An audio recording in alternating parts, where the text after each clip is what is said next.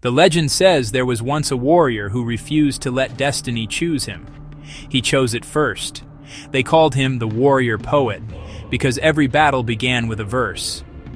I found his name scratched into a cracked tablet. Kade, son of no one, the orphan of the salt roads. He learned the sword to survive. He learned words to be remembered. The first time fate noticed him, he was 16. A raider chief pointed a spear at his heart. Kade whispered a couplet onto a shard of pottery. I do not end here, I begin. He slid the shard into his sleeve. The spear missed. The chief fell. People called it luck. Kade called it a draft. By 20, he carried two things: a curved blade, a roll of wet clay in a leather tube. Before every fight, he wrote a stanza of what must happen, short, punchy, and reckless. And somehow, the world kept up. He freed a city by writing, "The gate will sigh like an old man." That night, the hinges shattered with a groan. He crossed a desert by writing, "Thirst breaks before dawn."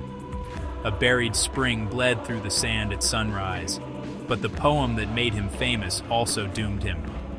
On a moonless march, Kade etched, "I will not die by any man's hand." Bold, precise, dangerous. War came.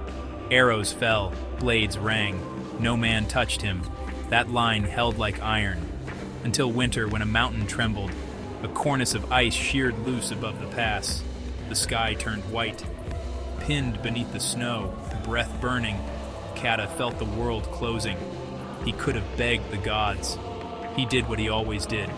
He wrote, with a numb finger on a slate of ice, "I will be red when I am gone."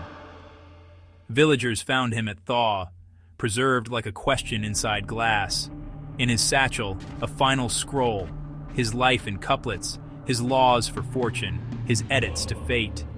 They copied it, they taught it. And here's the twist. That first line, the one that saved him at 16, it appears again at the end. I do not end here, I begin. Maybe the warrior poet didn't beat fate.